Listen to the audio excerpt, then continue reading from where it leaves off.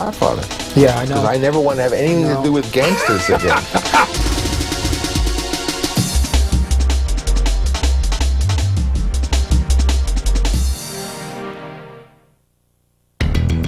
Throughout the history of cinema, rarely have two filmmakers delivered the impact of Martin Scorsese and Francis Ford Coppola.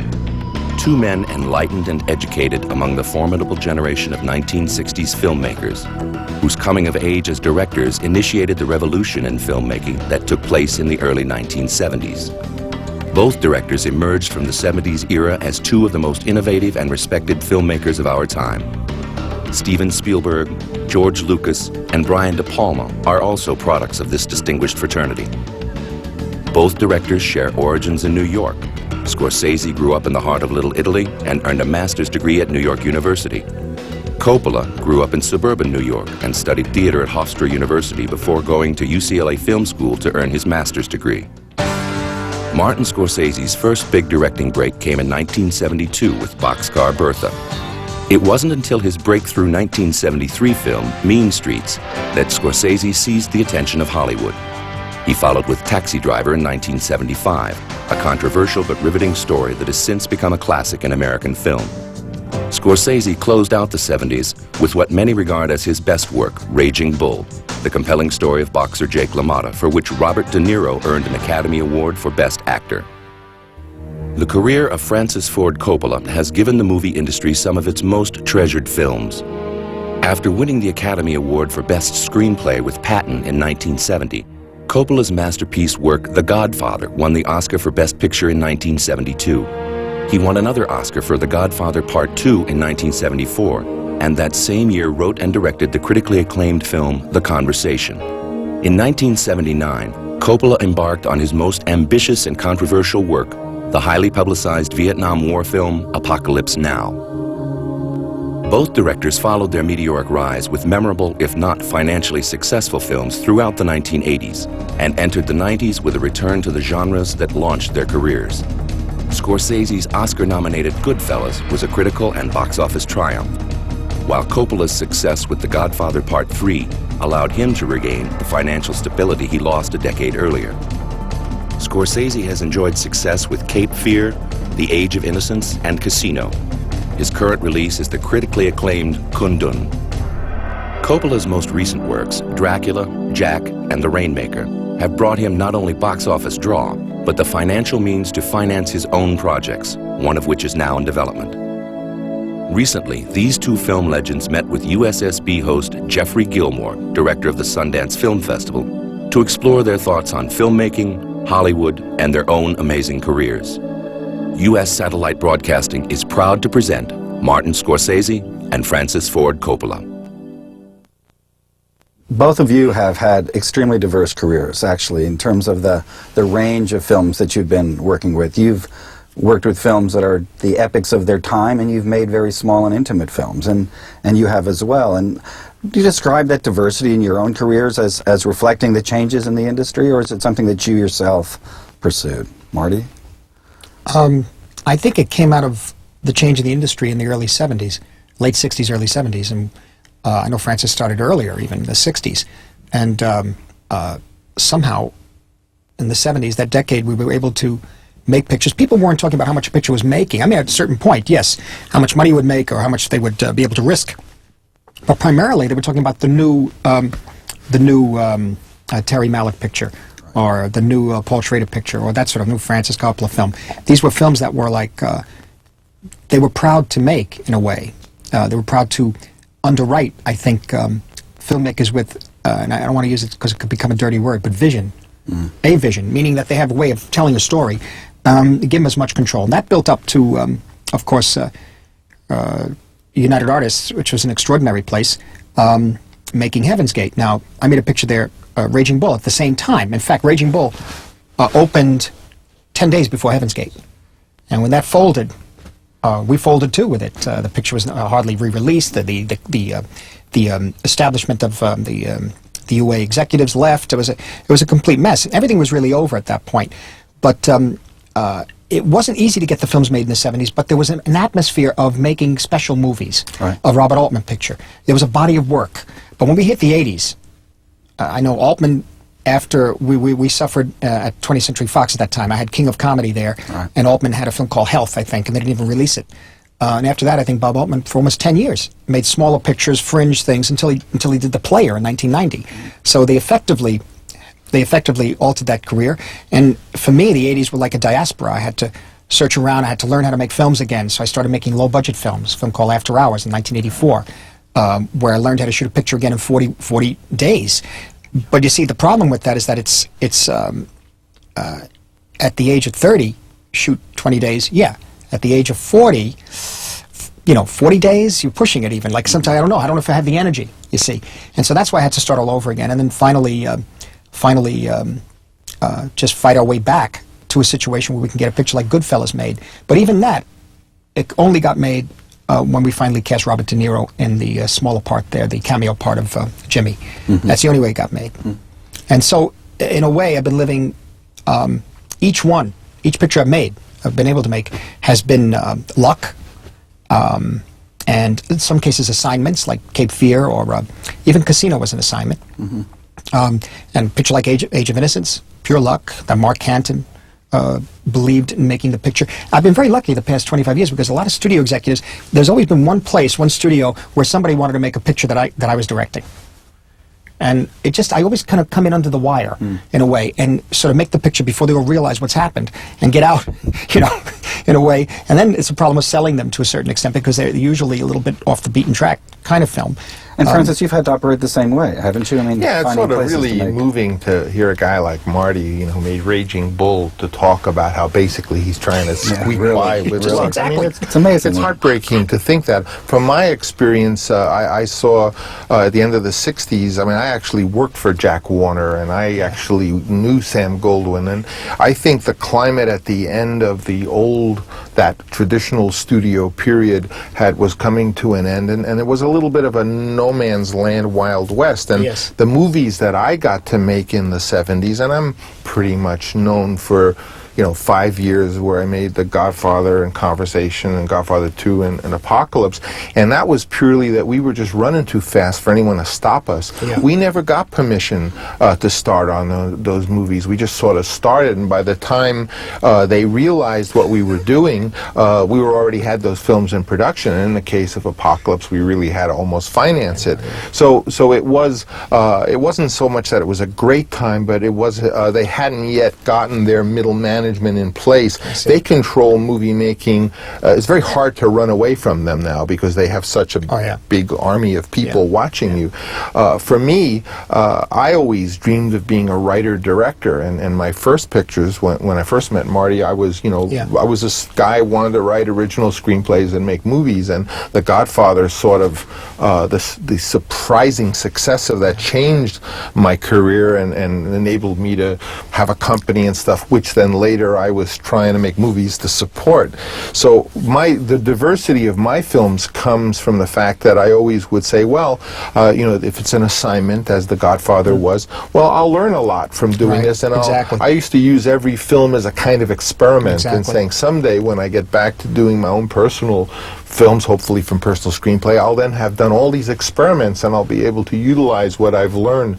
So I very much agree with Marty that we used the profession of making movies and as a kind of way to educate ourselves and learn, because the cinema movie making, they haven't uncovered 6% of what it can be and what can do. Exactly. And they discovered 4.5% in the silent era. Exactly. A number of people have argued that the industry is once again at the stage of a really fundamental change. The same way at the end of the silent era, the end of post-war period, and in some ways at the time that you both really emerged as filmmakers in the end of the 60s and the 70s. Do you agree with that? Well, I do. Yeah. I agree also. I think, it's been now 15 years or so since Heaven's Gate, which is the film that I date, that basically they weren't going to put up with, these directors. They're not going to put with us anymor. Yeah, it was a coup d'etat. Complete coup d'etat. The 70s, the decade of director, or sort of director as author, quote unquote. What's the word? Acknowledged author. in a way. And also they It's gone. considered a kind of runaway that now the corporations were seeing, oh, the entertainment business is a big, big worldwide business, and we can't tolerate a director or that type of mentality running away. Budgets are wildly out of control. These guys are making too much money, and they really clamped on their big. They built up their middle managements, and they got a kind of culture police to be sure that no one could run away and start a production without, quote, a green light, which was not a phrase I had ever heard before. No. I'm still waiting for mine for this year. Well, that's the trouble. But then when you think about what happened, all these 15 years later, budgets went far more wild out of control than ever before. Basically, whereas they sort of put the director in the place, but then the salaries of executives went kind of into. No director ever made $80 million a year, as some of these fellas do. No. And they basically didn't make a classic since that time, with the exception of a few films that, again, the directors either had the clout or did. So, I mean, I think now, to support what you're saying, is the business is not doing well. Those studio-developed pictures are uniformly failures. Once in a while, if a film does well, it's because a principal artist stuck his neck out and fought, either had the power or had the perseverance. And, I think they're very quickly revising what to do because the business is not profitable in the way that they require it to be. So where's it going? What's happening that represents that kind of change? Is it a change that's about globalization or about technology, or is it? Well, the gulf between the independents and the studios? You're talking about corporations. You're talking about corporations that are so big and so it's phenomenal. It's almost the amount of money to be made is so huge that when there's more money to be made, less risk has to be taken. Well, they need That's to the have problem. they need to have results for their shareholders every quarter. They can't. Yeah. They can't. Movie business is not Coca-Cola. It does not exist on a standard product that you just widen. You still depend on artistry, and this flies in the face of the way modern corporations are run. What I think is going to happen is that whenever you have a old system that basically is not profitable and shaky, at the same time you have a vital new group of young people who are very passionate about movies. Exactly. So you have something very vital and strong and something old and decaying. It's sort of like when neorealism collapsed the old Italian costume picture. I think it's going to happen. I used to say in 4 years. Now I say 18 months. Yeah. No, I think it's the real hope. The real hope, I think, is the fact that telling a story in film means so much to so many young people in this particular country, and other countries too as well. But so much to young people. They want to use this medium as a way of telling a story, and they will do anything to get it on film. I mean, if a film costs like Swoon, cost $10,000 in black and white 16 millimeter, they'll get it done. If there's a way to get it done, they will do it, and that's where the lifeblood is coming from, and that's where the vitality is coming from. I think, the independent movement.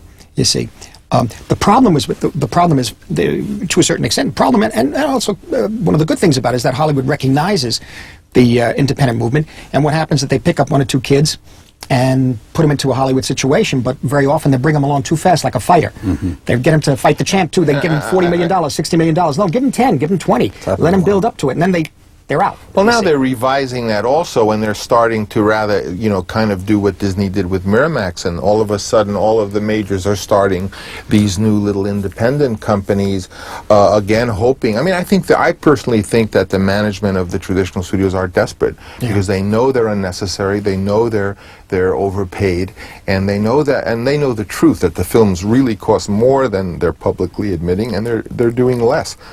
So it's going to change. You've always been fascinated by technology. In fact, well in front of the so-called technological revolution, which has been taking place in this last decade. Yeah, but not anymore. But has it taken the direction that you want to go? Well, my feeling was, back then, and then whenever it was 25 years ago, I saw, being an ex-boy scientist, I realized what electronics and digital technology was going to do to movies. And at first I was excited because I thought that would enable us to approach movies that we wouldn't ordinarily been able to do, because we'd be able to have scenery that was not totally have to build. And so I saw it as going to be a big boon to filmmaking. I didn't realize that it would be yet another kind of shackle on the cinema. Yeah, it really is. I mean, it really is. I only became involved with computer rendering, so to speak, or computer generated images and particularly my last film. On this film, which was a great service to you. Yeah, it really was. But it's another way of working, and I think you pointed out it's become a painterly medium rather than mise en scène, which means you take things, you put them in place according to the frame. This is in the foreground, that's in the background, this of course is here, this moves here, the camera moves this way. That's mise en scène. But now, with a computer, you can do anything. Right. So it becomes more, as you pointed out, you had said it was a painterly thing. You could paint what kind of sky you want. You know, the reality is I grew up downtown. I didn't see the sky. I never saw it. We say, you know what I'm saying? It isn't like you grow up in Arizona. I always talk about Spielberg growing up in Phoenix, Arizona. He could tell the sun's coming up, and we never saw that. So I know a light bulb, basically. That was for me. You so know now about the cannoli. I know about the look, the sfogliatelle. In Ferraris or in Cafe Roma, you go in, you know that it's either a fresh batch, or it isn't. They're making a new one, so you wait. But the reality was like, suddenly I'm looking there and they say, what kind of sky do you want? Well, I guess, a dramatic sky? Okay. What does that look like? Well, a little steel gray, maybe it's too much. That kind of thing. And suddenly you're putting in images. It's almost like a painting. See, I thought that would help a guy, say, we all knew about Stanley Kubrick wanted to do The Life of Napoleon. Yeah. Well, what a subject matter. And we figured, and seeing what he did with Spartacus, where he had, the soldiers marching, and then we realized with those double exposures, we said, well, that will mean that Stanley Kubrick can make The Life of Napoleon, because suddenly he doesn't have to build everything, doesn't have to have 10 million extras. But it didn't quite go that way, and more I feel, at least the director or my generation director, started to lose control of the means of production, and then before you knew it, they started to operate on this kind of glut of films where every week there are so many movies that come out, and they're rated like a horse race on Monday, and so that combined with the middle management controlling everything, less and less, I felt personally more and more squeezed out, and I had to either say, well, let me figure out how to make a movie that makes a lot of money so they'll reward me after that to let me make, which was always the you got Dracula. Did great. Exactly. You know, you're always trying to somehow to be viable to them, because Wells basically, kind of became Hollywood's enemy, and they threw him away. And for 15 years of his life, he wanted to make films, but nobody would make it possible for him. Do you think audiences? Obviously, the corporate problem in Hollywood is again, as you stated, like a real shackle, a real problem. Are audiences and critics less sophisticated now than they were? Are they less open to things than they were? I think so. Well, audiences have now been brainwashed by 40 years of television. Yeah. See, it's a different frame of reference. We had the frame of reference from Hollywood's golden age. We saw movies in big screens in theaters, and we talk about, let's talk about Casablanca, for example, which is a wonderful film and a great example of film coming out of the golden age of the Hollywood studios. But I think, unfortunately, a lot of the audiences now, the younger kids, the younger people even, their frame of reference is television. The 30-minute sitcom or the 30-minute dramatic with snappy show. Dialogue, which in itself is quite funny. I know, like The Odd Couple, for example.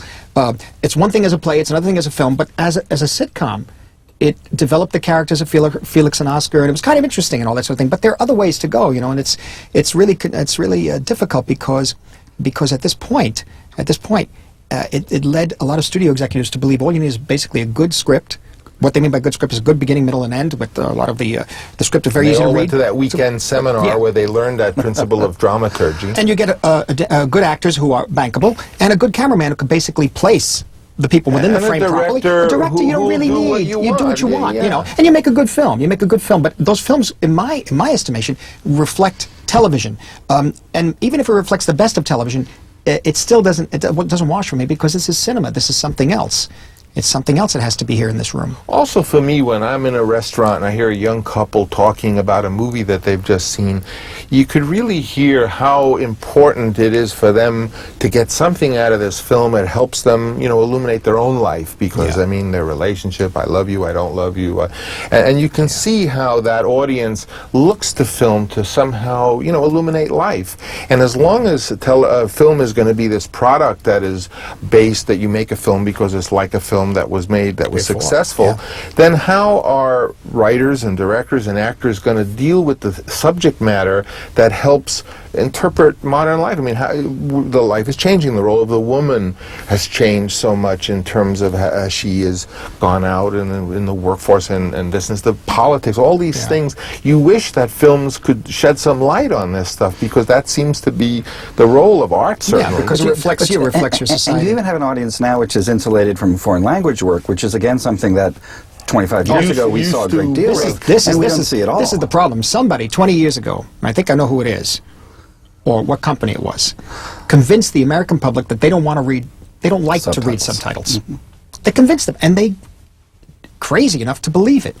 And it's in TV Guide, shown with subtitles, so be warned that you may have to read. Who cares? So you lose that fresh view of sex. New blood coming in. Stuff that used to come from Japanese movies or, French movies. Italian films and everything. I think also that what you said, the demise of United Artists, because United Artists was not just a movie company. It was United Artists. And it was also the wonderful luck of it having Mr. Krim and that team.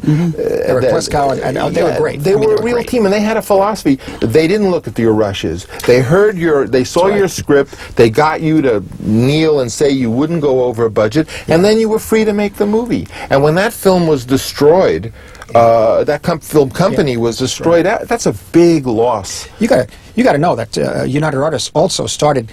Okay, it started in the late 30s, early and through the 40s. It released a lot of British films, but in the 50s.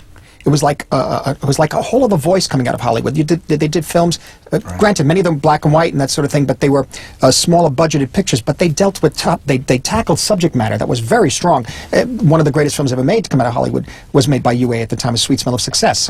Right. Pictures that were very tough. You always knew when a UA film came out. It usually said Hecht, Hill, and Lancaster. Britt Lancaster producing it with Ben Hecht and James Hill, I think, and it's some fantastic films. The Big Knife. We really miss. I mean, my generation. I think it's certainly true for Marty. Is that if I had to work for a company, I wanted to work for United Artists. Yeah. And I still do. Yeah. If there could be such, it wasn't Miramax. Miramax is not United Artists. Are any of the specialized divisions similar to that, or is even Miramax has a wonderful marketing ability. They really brilliant. Fight for their movies, and so that's wonderful. But no, United Artists is very lacking today. That it performed a certain function that no other company is doing. And Orion really wasn't a successor to it in the same vision. But if you look at what Orion did in those few years, I mean, they had a wonderful track record. Not bad, They didn't manage it financially enough to sustain it. Definitely a good track record, that's for sure. But I think there's much to learn from the old United Artists that, oddly enough, is even more pertinent now in the 90s, and for this passionate new generation, because that's the real hope, is the fact that these kids, whom they previously called Generation X, if they want to be a chef, they want to be like a chef because they love to be a chef, and they'll go work 16 hours a day in some restaurant for nothing, and they feel the same way about movies, and that is, to me, where the life is going to come from. But is that vitality that's coming out of the independent sector, is that something that's actually going to keep the new generation of what's coming out of Hollywood, or some people feel as though Hollywood's just going to beat back or compromise or absorb that vitality? Them. Well, they try to co-opt them. In the same way that hey, you why have not? to The guy is exist in the same talented, ways. the man or the woman is talented. You bring him in, let's see if he can make a film for us. And sometimes that works. You never know.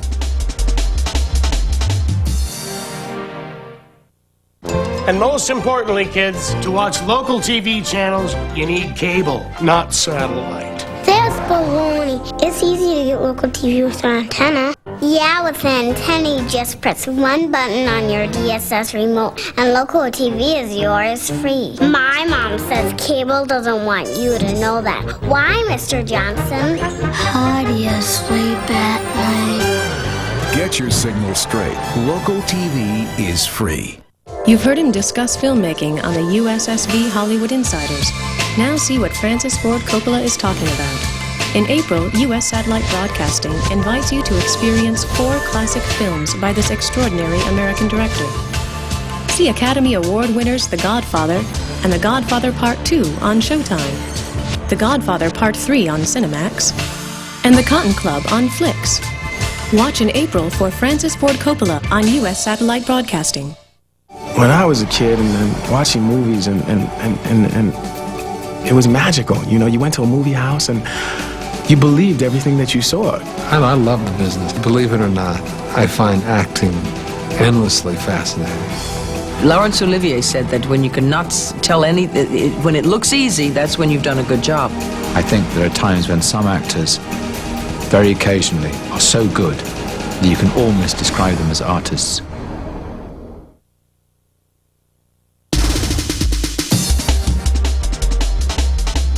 vitality of the industry, maybe right now, as we've said, is maybe coming out of the independents. There's this gulf now between the studios, where you have a film made for several $100 million, whose absolute incredible success is going to spur on perhaps more evolution in that direction of making certain kinds of films, or would you disagree with that? Does this success of Titanic surprise you? I disagree. I think that Titanic, first of all, its cost is even beyond what you they think. say, yeah. So that, I mean, I think it's great. I love it when a filmmaker is getting trashed and they're getting ready to fire all the executives, and the film shows them that in the end, it's the movie. It's not the star. It's not who is getting the $20 million. It's the movie. And that's the lesson of Titanic. Not that you should make a $250 million movie. So I think that's what's going to come down to, is that it's going to come down to, just as they say in real estate, you know, location. It's going to be, it's the movie. And you come up with a movie that has life and it's about something interesting and is done well, that's the best policy. Yeah. Whether it costs $60,000 or $100 million. Personally, you know. I would be interested in the area of movie making, you know, from $12 million down. Exactly. And not care who I wouldn't pay an actor $20 million to be in a movie. I mean, so many of them, we have a whole list of them this year that had 2 of those guys. So that's not the answer. Right? Yeah. They're not stupid people, right? So they know that. So now it's something exciting that's in the movie, whether it has a newcomer. A newcomer is even good because now the big stars are so overexposed and they're on the rental movies. And sometimes they come out 3 films a year. They make. Yeah, they are. And how do you like the posters now too? Yeah, well, the posters, and the trailers. Now, the posters now. I'm a old poster collector. I can see them always. I mean, now the final irony. Every poster looks exactly the same. Even the actors' faces look the same. You have to have just the title of the film. You can't read who directed, who wrote it. It's all a block, so nobody gets any more credit than the other person. Well, you've both been responsible for the discovery of like major acting talent for 25 years. I mean, if you look at some of the major talent, I mean, you go back to the films that they started in, they were both your works. I mean, De Niro and Foster, Cruise, I mean, and De Palma too. Brian De Palma. I mean, a lot of people. De Palma had De Niro first. Is casting no longer really? Is casting that important now to what you do as a filmmaker? Are a lot of roles and actors almost interchangeable? Because one of the arguments people make is that it didn't matter what part Kate Winslet played in Titanic. It could have been 6 other people. Does it really matter? I don't think so. I think it matters. I think that's one of the joys of movies, that some actor comes and brings it to life. And a role can be very good, as evidence. For example, Nicolas Cage has been in movies for 15 years. Finally, he got a part that was able to connect. So it's, to me, it's acting and writing. And Nick Cage, I mean, was one of these actors who was very brave, trying all different, go off Daredevil. on the edge. Daredevil, Wild at Heart, dancing on the table, doing Elvis. I mean, it's amazing. And then finally, leaving Las Vegas, was able to pull it together. Casting and acting is at the very. I view it as writing and acting as the oxygen and hydrogen that makes the movie. And still very crucial for the work that you do as well. I mean, when you're casting a film like Cunningham, I mean, you're dealing with a lot of unknown cast as well as not just star cast. Well, that's a special situation. I mean, there was no way you can make a film about Tibet and use actors. There's no way. Not even you can use, in some cases you can say, well, you can use some Chinese actors. It's not the case. The best thing to do, you'd find somebody. There had to be some people in India. They found them the who were able. The Pasolini approach. thing. It's Robert Flaherty. It's Elephant Boy. That's casting. That's too. casting. That's acting. It very much is. Everybody's an actor. You're acting now. It's all, we're all acting. So it's everybody's an actor. You see, and if you just get a person who can pretty much be themselves in front of when a camera's running, you're okay. Do you have special actors that you favor now more above others, or is it according to the work?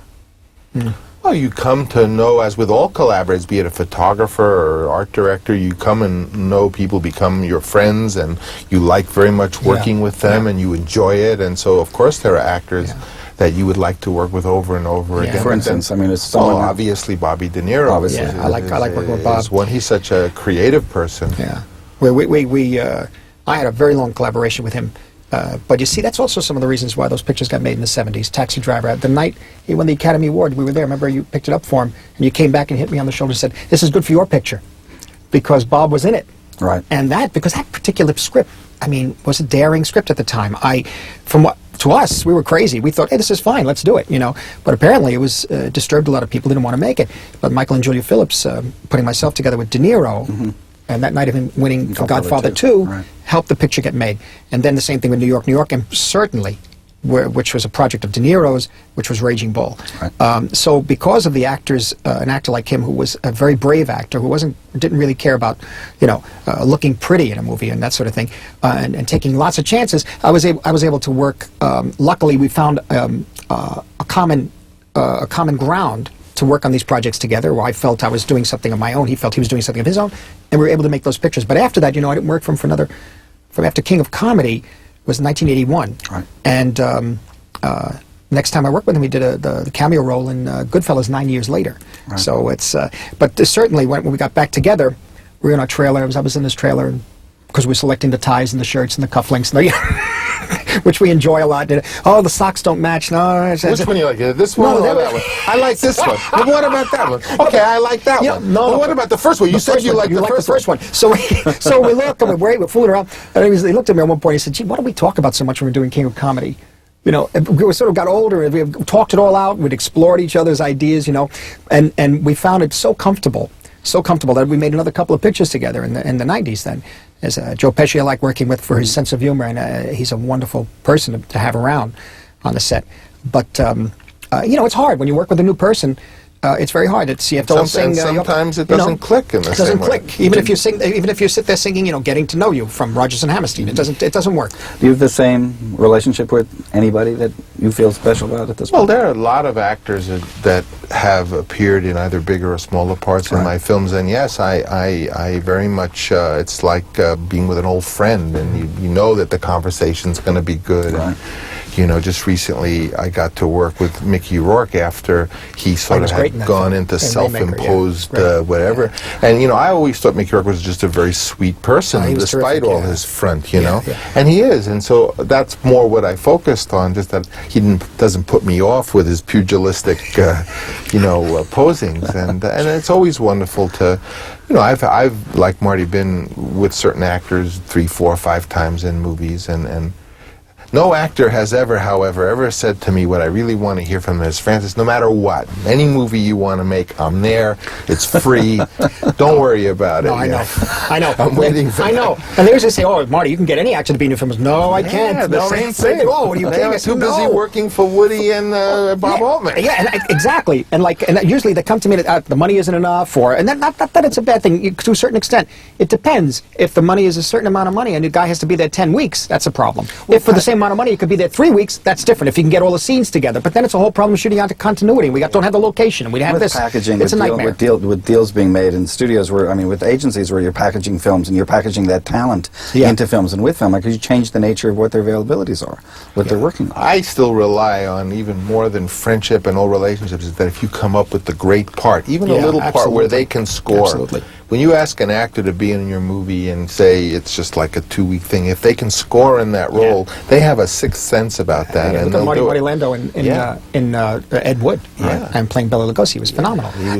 Is artistic collaboration now so complicated that a single vision, an auteur, as it were, can no longer really exist in filmmaking? Collaboration is essential to. I used to always say collaboration was the sex of creativity, and it has nothing. A single vision doesn't exclude collaboration by any means, because that vision is constantly modified by what the actor will bring to it. Absolutely. But do you agree? Absolutely, because you think about it, and in order to make a picture, you have this equipment, you have everybody around you. You need a lot of people to do it. There are other ways. Other people make films with a single camera and a lower budget, that sort of thing, but you're still dependent if you're dealing with a narrative. To a certain extent, you're still dependent on a number of people working together to carry out something you believe in and that they can contribute to. You have to all be open to contributions, I think. And I think about it too. Over the years, I go see painters exhibitions in museums. And I saw one a couple of years ago here, last year, Titian, I think. And the person was taking us around and said, well, the columns were done by so-and-so and the birds were painted by someone else, and explained that they all worked together under his direction. You see, I think it was Titian or Tintoretto, and it was a Venetian, I know. And it was a matter of a whole bunch of people having a school of artists under him, students, working and doing certain things and having the whole vision. So it's very similar. Yeah, But you've had that with Dean and Walter Murch and all the people that you've worked with for years. You've had a team. Yeah, what I want to say is more than the vision is kind of the direction you want to go into, and the so-called dictatorial part usually is like trying to strike out those the kind of cop-out solutions where people want to do the rote thing or the safe thing, and it's more saying, no, we're trying to accomplish that. Don't give me, you know, kind of that type of a cliche. So you don't mind it when they come up with some real idea that's truthful and innovative, but you sort of hate it when they want to do But the key thing here is that you all have to be, when you're about to go on into the rehearsal, and you could usually tell in rehearsal, hopefully before so, but the idea is that everybody should be making the same movie.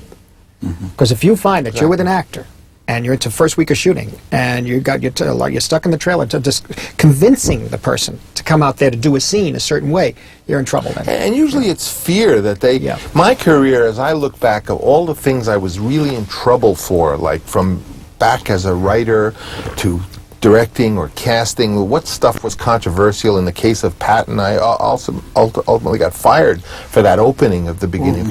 Usually the stuff that you were in the most trouble with is the stuff that later on everyone talks about as being the good stuff, and it makes sense because it was a little away from the rote. You're always trying to fight off this kind of standardization of, you know, it's got to be this way. The special effects guy wants the effects to be that way. That's why all the movies look the same, because those other subcrafts tend to, the guy falls off the horse the same way because he fell off the horse in 10 other movies. And you're always trying to fight, no, this movie is at least an individual thing. Let's try to find a way the guy ought to fall off the horse in this movie. And that's where you get the resistance. That's where you need to be the person saying, no, let's come back to what we were doing. Do you know, there's something that's talked a lot about independence right now as films that are really smaller films or intimate films or writer-driven films as opposed to the kind of effects-driven films of studios. And Francis, you've been quoted as saying that actually the two favorite films of yours in your heart are The Conversation and Rumblefish, as opposed to the films that people would talk about immediately as the films that they identify with you. Was that because of that? Well, certainly being a person who wanted to write original screenplays, The Conversation is one of the few that I got to do. So I'd love to go on now, especially in hoping at this age of my life that I could maybe only do now things that I write. You know, and writing has that 8-month lag problem that you got to sit and write, and nobody else has a job while you're writing. Exactly. So you're under pressure to say, can't you direct a movie? You know. So now I'm hoping to do that. Rumblefish was just a kind of peculiar thing that I saw that way, and was grateful, although it made zero money, and also. So I hope to go back more to the things that I would like to write about, and having the discipline to do that, to not work, and because obviously if you're making other films in between, it's very hard to write the screenplay the 2 weeks. Yeah, well, that's what I'm in right now. I'm working on the screenplay. It's taking 6 months already. It's going to take another few months. And no one gets paid during Nobody that gets paid during period. that time, and also, at the age of 55, becoming 56, how many more pictures can you do? Right. You know, so that I'm averaging a picture every 2 years, kind of every 2 years. You know, it'd be nice if I could do one a year, but it used to be one a year, you know. But I'm the type of project I'm interested in now. Right, then you have to sell them, and you have to fall out at one studio and go to another. Yeah, exactly. I mean, Age of Innocence went through 3 studios before it got made. You know, you've also both produced. I mean, both as producers on your own work, but also executive producing work. And recently, Marty, you've produced the work of several independents with Matthew Harrison, with Allison Anders, and I know, Francis, you know, you've announced even just a slate of films that's now Zoetrope is going to be doing. Is this also part of what you're trying to do on top of writing and directing as a whole nother aspect of your careers, Marty? I tried it as an altruistic a thing, and I must say it's been about 8 years of it now, and I don't think I should continue because it's I don't have the time, I don't think, to really properly guide the people. I was figuring younger people, giving them chances, that sort of thing. Certain executive producing situation I'm doing as favors, for example. You don't do it as a favor. What I mean by that is that you're helping certain friends, quite honestly. And of course, the subject matter has to be there, the director has to be there, and that sort of thing. But I found that, I don't know, it's maybe a dissipation of my energy, which I need more and more. Excuse me, I need more and more of my own pictures, and try to help out some friends. That's what it's come down to now. And you see, I've never been I never really had a head for figures, a head for money. I don't really even understand sometimes the complexities of how a film gets made in terms of studios and that sort of thing. So I've always been feeling lucky. I got the money to make pretty much the pictures I wanted to make, and sort of run with it and try not to go too much over budget and that sort of business. So when I started to branch out as producing, I found that it was, I don't know if that's creatively I'd feel any creativity about it. It wasn't satisfying creatively. And in a sense, you're trying to help another person with their vision. I can maybe do it another way, but as producer, I don't know if it's even going to continue to exist this way. It just doesn't. It just takes too much time. And Francis, you have a new slate of work. Well, I did it more out of enthusiasm and in the fact that back then in the early or the middle 60s, I really thought that we had the potential to have a company that could change the system. And, I started very early because George Lucas got to make his first films at Carroll Ballard, and I really did have in mind that we could one day be a real film company, and we'd have a policy of, for every dollar we earned, 25% would be dedicated to movies that don't necessarily have a chance to make money, but that would widen the field, and that holy grail of a company that was balanced in that way, which to this day exists. And as I think back on my life to the point I am, the only thing I don't regret any of the projects I did or pickles I got myself into, but I regret a little bit that the film industry that we're leaving to the next generation is not quite as good and as it was what we received. What lies ahead for you, each of you, at this point in your careers? Is it a big project? Are there big endeavors? Is Zoetrope something you're starting up again? Are you working in different directions? I confess that I have once again been rekindled with the what I think are exciting ideas about a way to go. And I know for myself, I want to exclusively do my own writing. I feel I've done the last of my studio pictures that, as you know, I'm involved in a very big wine and other kinds of businesses that it's like the old days when I was a drama major. I had to become an English major because the faculty was going to flunk me if I didn't. And I feel, in other words, I don't want to have my income and my family to be dependent on the movie business because then they hold you hostage. So I think I have achieved that, and I'm looking forward to really a lot of personal writing for films. I have a big project that I'd love to do. Finally, I've been thinking about for a long time, and I'd love to do that. And I don't feel I've made the film that I really have in my heart. And what is that? Can you are at liberty to say? It's an original screenplay. It's sort of as though it's as original in terms of like the way the conversation was just a story, except it's kind of as big as Apocalypse Now in terms of its scale. And I've been trying to earn in all the things we do, either to impress the studios or more important, the distributors and the completion bonds, that I can make movies extremely efficiently. My films don't go over budget and stuff. All of that is, as I was saying before, all trying to get the ingredients so you could one day make that kind of a dream project, what we always used to call the dream project, the personal film that you do. And I also feel that there's a fabulous time in this period of confusion in the professional film industry relative to the studios and stuff, that it is possible for a company like a United Artists to emerge again. Every once in a while I call up Marty and I say United Artists, and he says, all right, I'm Francis, there. I'm there. Dean Martin, is it other projects? Dean Martin was more of an assignment, but the assignment, I must admit, was alluring. It's a period that I grew up during, 40s, 50s, and 60s. I'm fascinated by American celebrity, the Italian-American issues, aspects of it. I mean, pretty much I felt, as I've said before, I think I've gotten to make pretty much the pictures I've always wanted to make. I don't think I've ever... The biggest problem for me was that Last Temptation of Christ, and that finally got made. I have about 3 or 4 projects lined up over the next few years that I've either collaborated on the script or whatever.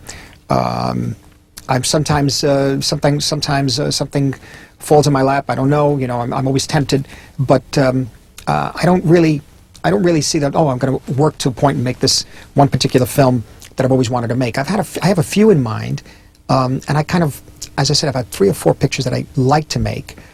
They still need to be tinkered with in a way, and ultimately I keep looking towards if you can keep going, and if you live and everything, you keep going to the late age. I keep thinking of John Huston working on Wise Blood, Kurosawa, and Kurosawa, and Luis Buñuel, people like that doing films into their 70s and 80s, but again, very cheaply, you know. The other passionate side of the issue is, for me, I'm getting more and more involved, more than producing, I'm getting more involved with the preservation and restoration of old films and that sort of thing. And a lot of my energy is going there, you see.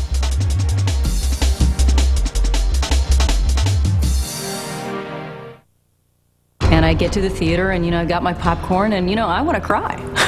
I want to be moved. I don't want to stop thinking about it for the next week. That's an experience that I enjoy as a filmmaker.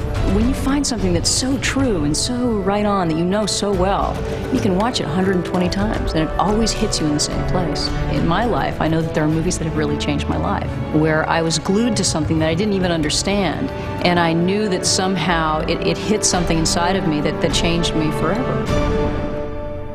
Week in and week out, USSB has the greatest original series on TV. Wednesday nights, turn to Showtime for the one-of-a-kind series Dead Man's Gun at 10 Eastern and the fast-paced Fast Track at 10:45. And sci-fi fans will love Showtime's Sci Fridays.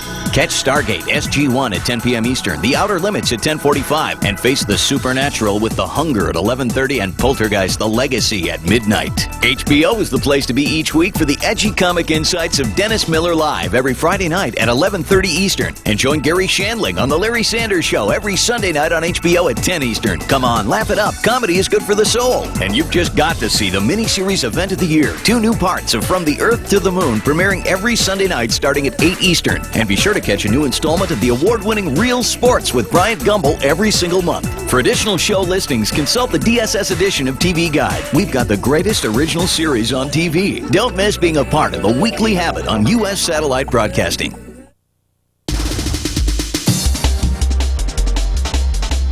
Neither of you, again, are simply filmmakers. Both of you do a range of different work in other fields. And Francis, you've noted as a winemaker, you have a restaurant, you have a resort. Believe me, I understand the difficulties of trying to put together a resort with different things with Sundance. Marty, you've done an enormous amount of work with film preservation and film culture. So you're really doing things much beyond the work that you just do in film. Has this become a major part of your life? And for both of you? Well, I have a general restless creativity. I mean, I like to build things. I like to see things go from idea to result, which is why I like to cook, because that's in an hour and a half you can have this thing and then you serve it and everyone says, that's good. A movie, you wait 2 years and they go, well, we don't know if we like it. But very clearly, I'm trying to balance my life so that I can focus on what I most want to do, which is to write and make a film and not have to depend on that also to support my family. So I've used this desire to build and what have you to try to set up a little bit of, what do they call, diversification. So I'm not dependent on that.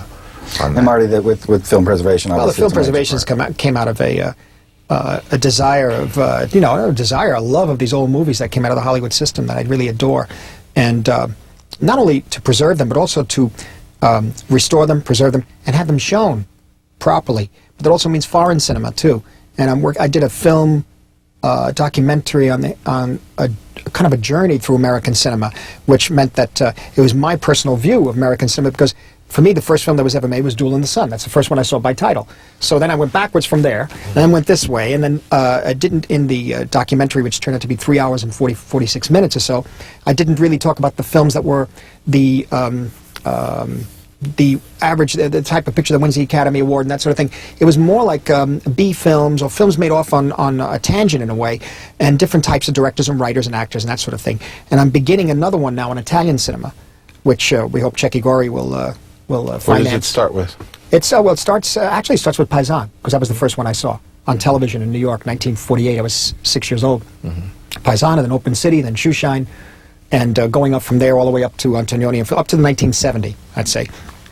And so the idea of these things is to get the word out, because when we were younger, the word was gotten out by people like, I don't know, Richard Schickel doing The Men Who Made the Movies. Prior to him, the French and the Italian, the French and the British critics. See what was happening in the late 50s.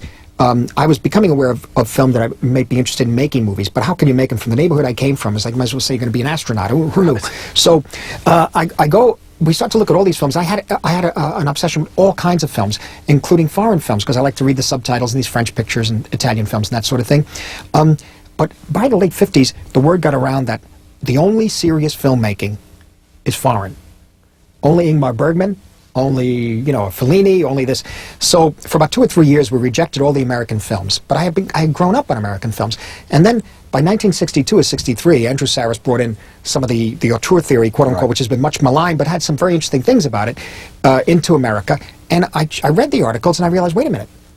I don't have to be ashamed of liking American films or saying that only foreigners make more serious work. And so therefore, American cinema opened up again, validated for me my original reactions to it, but also opened up like a treasure trove of these things, because now silent films are being restored. I'm telling you, you look at a silent film restored, it's a whole other world. You can see them properly. It's a whole other world.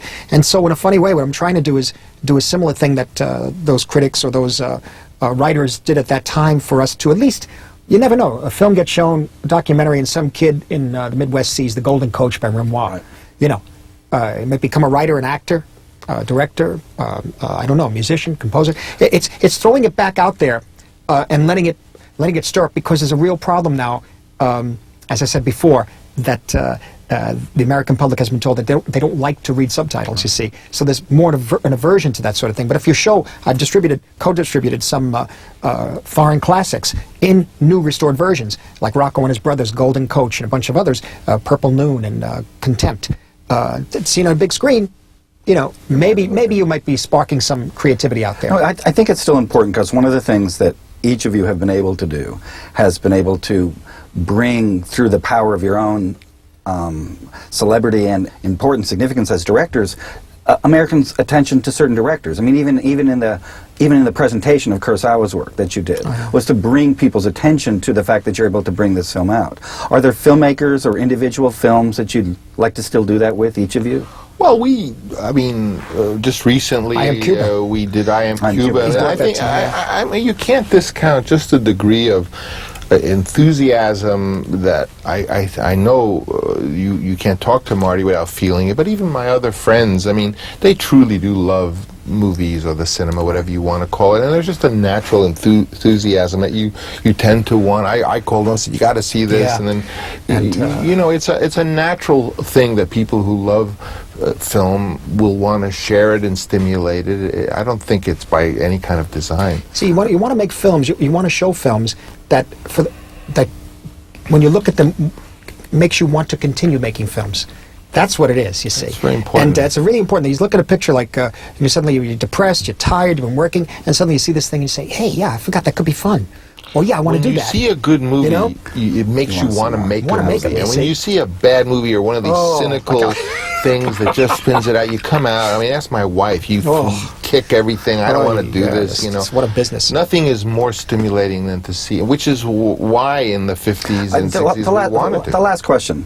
The idea is that basically you're at a point now in which you've both been the young filmmakers that came through careers and found this. Are there young filmmakers, are there contemporary filmmakers now that you get extremely impressed when you've seen their work at this point? Are there someone that you'd single out, that you'd say of the new generation? Do you both get a chance to see a lot of movies that I see? I went on a period where for 3 years, Fellini was like this. He wouldn't go to the movies. Yeah, me too. For about 3 or 4 years, I wouldn't go. I started to go again, but it was depressing. Then I'd see I like To Die For. Gus Van Sant, because it was something, there was a little originality. I mean, it wasn't just showing you the same old thing over and over again.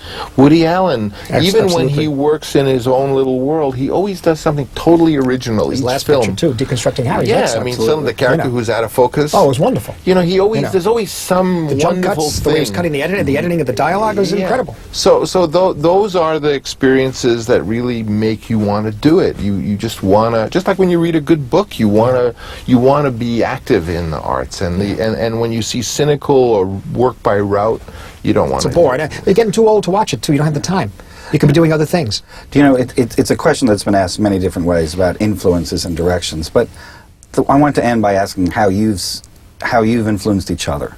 Have you, as growing up in the same period, influenced each other in different ways? Or there works? I was a He's couple older. of years He's old. older. It's a He's- big He's like the older brother. It's a different thing. You know, 3-4 years. I'm Made a big difference 58, from so I'm that. It's a big difference because he was in the 60s. I never forget seeing you in that loft on Crosby Street, I think it was, or Jones Alley, or Jones Street, where you gave a talk because You're a Big Boy Now was opening. Oh, I don't even remember Remember, that. and you said you have to want to make films, he said, so badly that you could kill. That's it, you see. And you talked about the writing experience on Patton and Is Paris Burning? And things like that. But it was amazing to have somebody come down. There was like 40 or 50 people, kids, younger kids, older people. There was so much activity going on at that time in New York and also Los Angeles about experimental filmmakers and independent filmmakers. It was all bursting out. And he came down and gave this talk. And it was the first time. And then we met in Sorrento, Italy in 1970, a few years later. And I sort of already had a little bit of success as a screenwriter, so I had a couple of bucks, and I was in a position to be helpful, which I tried to do whenever I could. When I had loved he took care of a lot of my stuff. Yeah, his first film I thought was before Mean Streets. Oh, Who's That Knocking? I was so impressed with it. Jeez. I just loved Who's That Knocking at my door. So I felt, because I actually was working as a screenwriter and getting a salary, that I was able to be of help, to everyone in that group. Yeah. And a little bit I was a symbol because I was like the first young guy of our generation who actually was getting jobs, Yeah. So you made three films before Godfather. I mean, really more than three, but it was like Rain People. So and it the was other a two. sort of hope. It was sort of a hope that we could all do it, because before that we all thought, gee, well, we are really going to get to make a feature. I thought I was going to work for the USIA. Yes, the USIA, that was the big thing. That but was they the only didn't like job. my work, what I did for them. They burned one of mine. They didn't care for it. And I was able to introduce people like Marty to people who then could be George helpful Lucas and everybody, and also or Ellen Burstyn. I know he got me to do Alice Doesn't Live Here Anymore, which was an important picture. Because Mean Streets was such a kind of an obviously off the beaten track type film that John Callahan mentioned that I should be doing this kind of film after you had given the script to Ellen Burstyn, actually, and I realized, let me try to do a film or really a studio picture and try to give it something special. I tried to get Marty the job to do the second Godfather. Yeah, I know. Because I never want to have anything to do with gangsters again. I thought he would do great. It would have been great. And he did. Well, it's been wonderful to have you both here. I really thank you both very much for appearing with us, and thank you for appearing on USSB. Thank you. Appreciate it. Thank you so much.